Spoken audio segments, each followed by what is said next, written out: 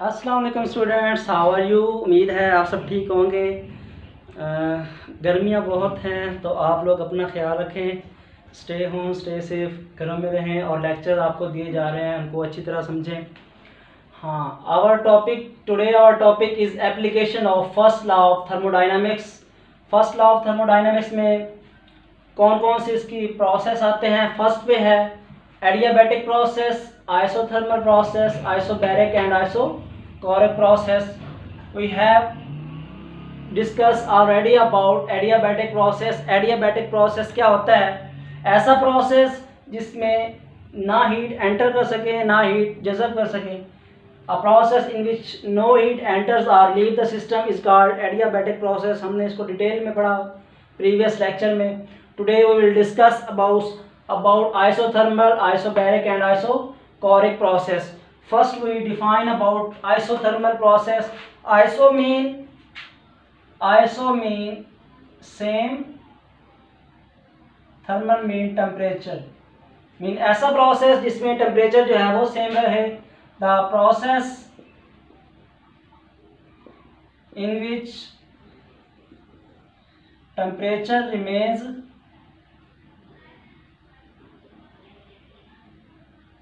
same is called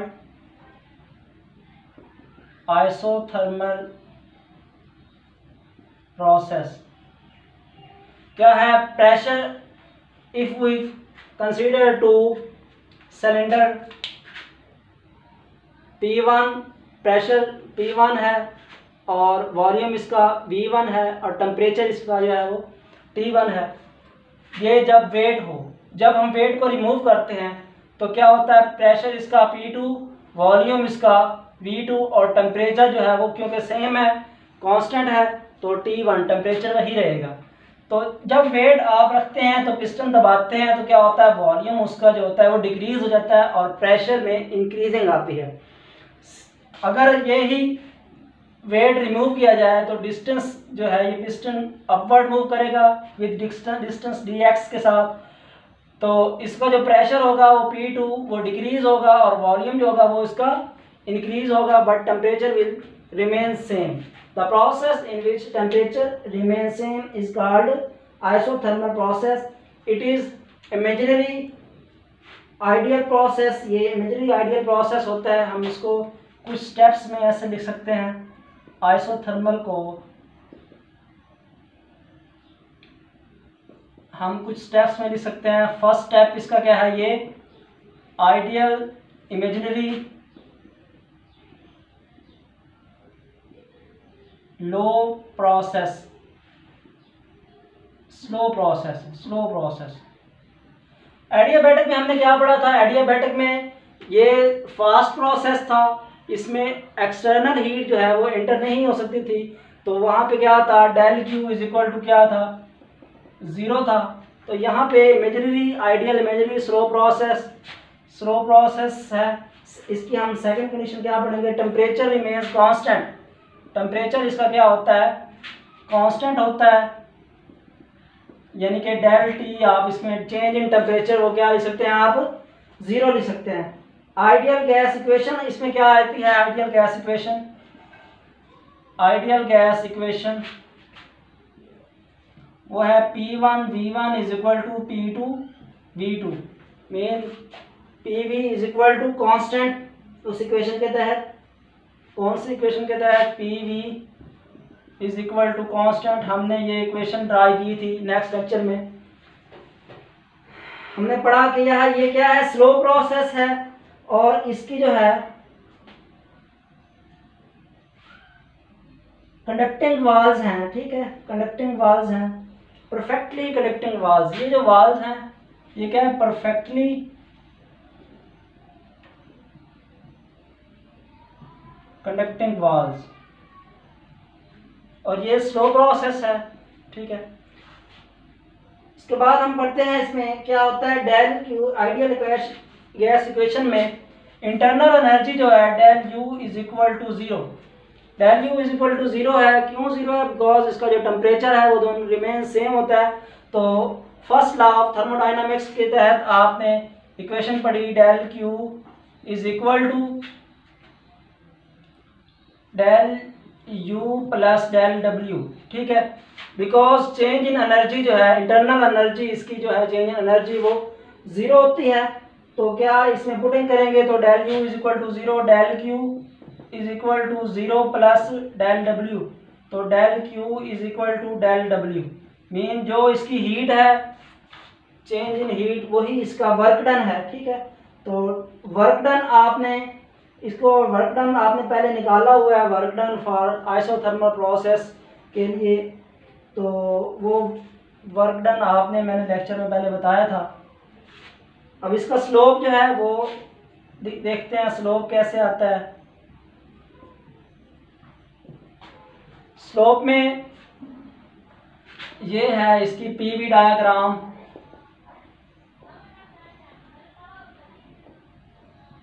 volume along x axis and pressure along y axis। तो इसका because this is slow process,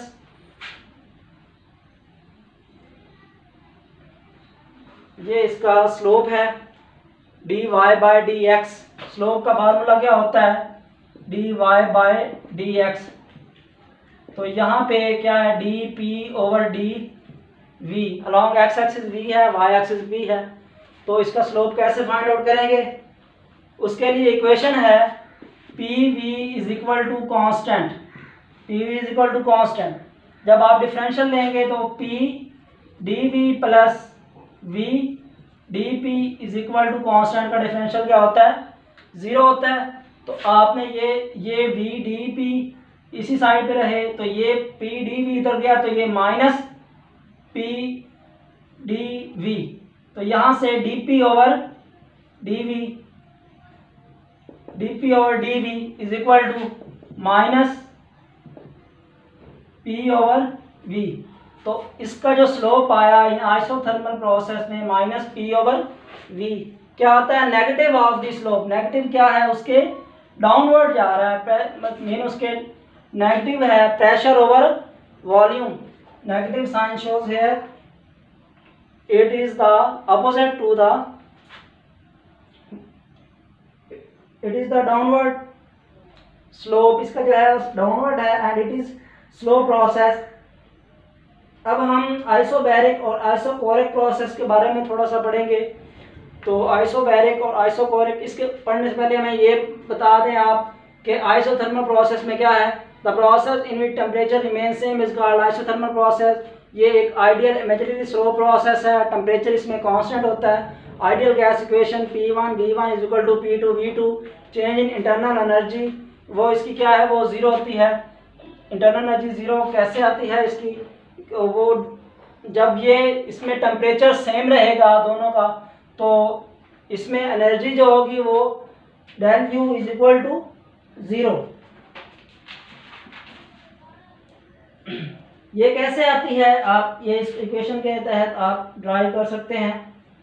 तो वो Boyle's law के तहत, वो बॉयल्स लॉ ने क्या कहा कि P inversely proportional to V, तो P V is equal to constant इसके तहत। तो P V P1 V1 is equal to P2 V2। Q is equal to del U is equal to zero. इसकी जो इंटरनल एनर्जी है वो zero आती है। तो इंटरनल एनर्जी जब ज़ीरो आती है तो इसकी जो हीट है वो किसके इक्वल आती है, टोटल वर्क डन के इक्वल।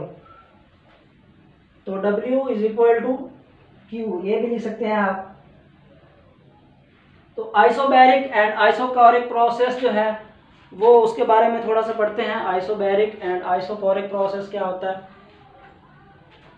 इस बात की समझ आ गई है, क्लियर है।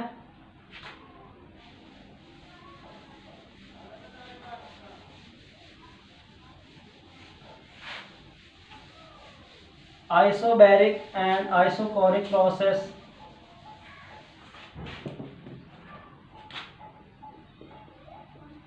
आइसोबैरिक और यहाँ पे आइसोकोरिक। अच्छा, आइसो मीन मैंने पहले बताया आपको वो सेम होता है, और बैरिक मीन प्रेशर, ठीक है। प्रेशर को मापने के लिए बैरोमीटर का इस्तेमाल होता है, ये वर्ड वहीं से निकाला गया, आइसोबैरिक सेम प्रेशर। तो इसमें क्या है, the process in which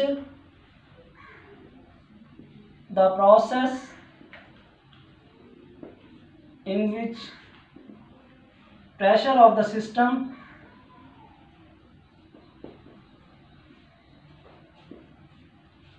remains same. जो प्रेशर है उसका वो सेम रहता है। मेन क्या है, आप ये दो मैंने सिलेंडर लिए, ठीक है, गैस सिलेंडर। तो इसमें क्या है, प्रेशर इसका जो इसका प्रेशर है P1 और इसका प्रेशर जो है वो भी P1 है, बिकॉज ये सेम है, ठीक है। लेकिन वॉल्यूम इसका V1 है तो इसका वॉल्यूम V2, टेम्परेचर इसका T1 है तो इसका टेम्परेचर T2। इसमें क्या चीज़ है, वॉल्यूम जो है इसका सेम, प्रेशर जो है इसका वो सेम है, दोनों में इसका प्रेशर सेम है। तो आइसोथर्मल प्रोसेस, आइसोबैरिक प्रोसेस क्या होता है, the process in which pressure of the system remains same, remains constant. तो आपने वर्क डन इसका निकाला हुआ है, वर्क डन क्या होता है, पी डी वी, इस इक्वेशन के तहत P I to P F, V I, हाँ वी प्रेशर है, वॉल्यूम प्रेशर क्योंकि सेम है तो volume V1 to V2, volume जो है वो इंक्रीज और डिक्रीज होता है। तो इसमें P बाही ले लें आप प्रेशर, तो dV की आप इंटीग्रेशन करें तो वो आता है P into V2 minus V1। जब आप लिमिट्स अप्लाई करते हैं वर्क डन तो W is equal to P V2 minus V1। ये तो पहले प्रीवियस आपने पढ़ चुके हैं, इसका वर्क डन कैसे फाइंड आउट होता है। अच्छा, इसको आप ग्राफिकली पीवी डायग्राम में आप कैसे लिख सकते हैं, ग्राफिकली ये इसका ऐसे स्लोप फाइंड आउट कर सकते हैं आप। क्या है, अलोंग एक्स एक्सिस वॉल्यूम और अलोंग वाई एक्सिस प्रेशर। इसका जो प्रेशर है वो कांस्टेंट होता है, मीन ये ऐसे प्रेशर इसका कांस्टेंट है, ठीक है। तो आइसोबैरिक प्रोसेस में क्या पढ़ा हमने, the process in which the pressure of the system remains same या रिमेन्स कांस्टेंट, मीन पी जो होता है वो कांस्टेंट होता है। अब आइसोकोरिक प्रोसेस क्या होता है, ऐसा प्रोसेस जिसमें वॉल्यूम जो होता है वो उसका सेम होता है। द प्रोसेस, ये सिस्टम है, इसमें वॉल्यूम दोनों का जो होता है वो सेम होता है। The process in which volume of the system remains same, mean iso mean same, choric उसका वॉल्यूम है, रिमेन सेम, ये आइसोकोरिक प्रोसेस कहलाता है, ठीक है। इसमें भी आपने पढ़ा हुआ, इसका पीवी डायग्राम के तहत क्या आएगा, volume along X axis, pressure along Y axis. तो इसका क्योंकि वॉल्यूम कांस्टेंट है तो वॉल्यूम कांस्टेंट ये फिक्स रहेगा। अच्छा, अब जो है इसका आपने इंटरनल एनर्जी जो होती है क्या है, इसका पीवी डायग्राम के तहत प्रेशर कांस्टेंट होता है और इसमें पीवी डायग्राम के तहत इसका वॉल्यूम कांस्टेंट होता है। तो इसमें आपने आइसोकोरिक प्रोसेस में वॉल्यूम बिकॉज कांस्टेंट लिखना है। तो वर्क डन का आपने फार्मूला पहले निकाला हुआ है, W इज इक्वल टू इस इक्वेशन के तहत P dV, और इंटीग्रेशन फ्रॉम लिमिट्स कहाँ से कहाँ तक होती हैं, ये इस इक्वेशन के तहत P dV, because volume constant तो क्या होगा, चेंज इन वॉल्यूम जो होगा वो ज़ीरो होता है, mean dV is equal to zero. तो W is equal to P dV zero होगा तो वर्क डन इसका क्या होगा, ज़ीरो होगा। ठीक है, वर्क डन इसका क्या होगा, ज़ीरो होगा। तो इसमें जो अब वर्क डन ज़ीरो है तो आप इस इक्वेशन के तहत first law, according to first law of thermodynamics क्या होती है equation, del Q is equal to del W plus del U. ठीक है, आप इसको इससे ऐसे लिख सकते हैं, del U change in internal energy plus del W, del Q is equal to del W because work done is equal to zero. तो इसका जो डेल यू हीट एनर्जी होगी वो क्या आ गई, वो डेल यू के इक्वल होगी। Heat is equal to change in its internal energy. This is isobaric, isochoric and isothermal process पढ़ा। एडियाबैटिक उससे पहले पढ़ा है। एडियाबैटिक इज फास्ट प्रोसेस, उसमें Q is equal to zero, उसकी जो हीट होती है वो ज़ीरो होती है because no heat enter nor leave, enter कर सकते हैं ना ही उसमें लीव कर सकते हैं। तो ये प्रोसेस था, ये एप्लीकेशन थी, application of first law of thermodynamics. इसको हम एक ग्राफ में, एक ही ग्राफ में पढ़ें तो वो कैसे होगा,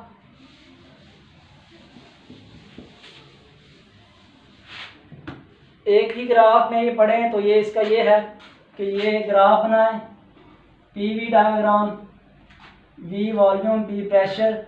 तो आपने ये प्रेशर कांस्टेंट है, ये वॉल्यूम कांस्टेंट है,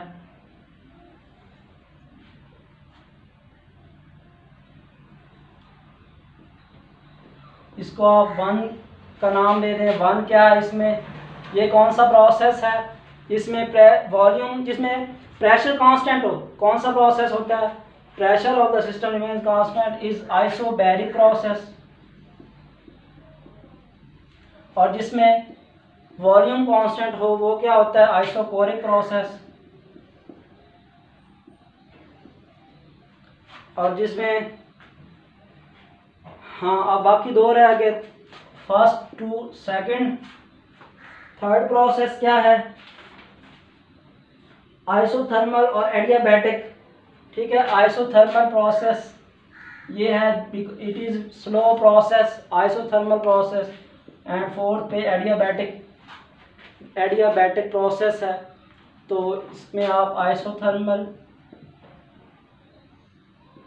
फोर्थ का स्लोप जो है वो एडियाबैटिक प्रोसेस कुछ इस तरह पड़ा था। तो ये था topic applications of first law of thermodynamics.